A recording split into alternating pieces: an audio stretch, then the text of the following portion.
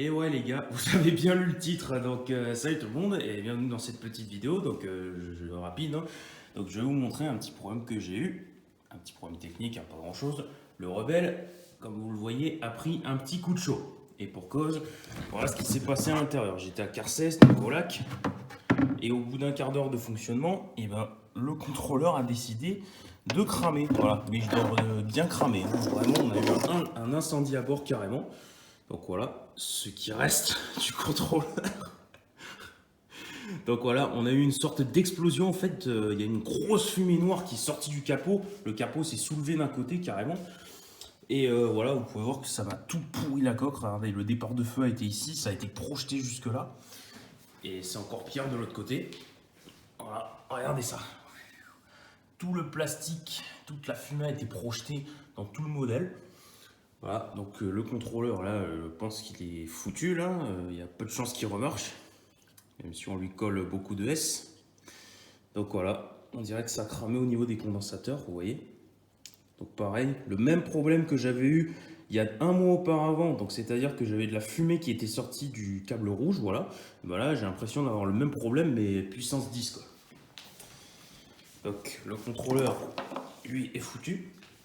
Et si ça s'arrêtait là, on pourrait dire ouais, ça prend en garantie, c'est sympa, donc tout va bien, mais en fait non. Je sais pas où je l'ai foutu, mais vous voyez en fait, il manque le câble bec, en fait, le câble qui va jusqu'au récepteur. Et ben tout simplement parce que il y a eu un court-circuit à l'intérieur, il s'est dessoudé et en fait c'est venu me griller le récepteur et le cerveau. Donc voilà. Et pour cause, vous savez, ce contrôleur n'a pas de bec, donc vous avez besoin d'une batterie externe pour l'alimenter. Et ben la batterie externe, là voilà. Regardez ce qu'il en reste. La batterie a mortellement chauffé. Elle est montée à plus de 100 degrés, je pense, parce qu'elle était vraiment intouchable. La gaine a complètement fondu. Donc en fait, je pense qu'il y a eu énormément de courant qui est passé par le récepteur et qui ensuite, c'est la batterie qui s'est tout bouffé dans la gueule. Donc voilà. Mais bon, je pense qu'elle fonctionne toujours. Il faudra que je regarde. Mais ce qui me fait chier, c'est que voilà, j'ai cramé le récepteur et le cerveau, je pense qu'il est mort aussi. Voilà, parce que ça prend que 6 volts et s'il y a eu plus de tension qui est passée ou plus de courant que normal, et ben ça va pas le faire. Donc voilà. Donc ce qu'on va faire, c'est que ben, on va renvoyer ce contrôleur en garantie chez Miniplanes, hein, voilà, voir ce qu'on peut faire. Donc voilà. Donc ça va faire le deuxième retour garantie que je fais sur ce même contrôleur en l'espace d'un mois. C'est franchement c'est pas normal du tout. Je sais pas d'où ça sort ces contrôleurs.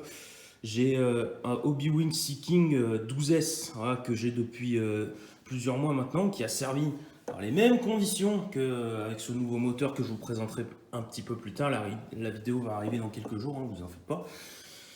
Et ben non, voilà, celui-là complètement cramé. Voilà, on a eu un feu à bord carrément. Alors en 10 ans de modélisme, c'est la première fois que je vois ça, franchement. Voilà, vraiment très déçu de ce contrôleur. Donc on va le renvoyer chez Miniplanes et on va voir ce qu'ils peuvent faire. Bon allez, salut les gars, bonne journée. Alors on a quelques vidéos qui vont arriver dans les prochains jours, vous en faites pas. C'est juste que je bosse un petit peu en ce moment et c'est pas facile de faire les montages et machin parce que je manque un peu de temps. Allez, ciao les gars, passez une bonne journée et je vous dis à la prochaine.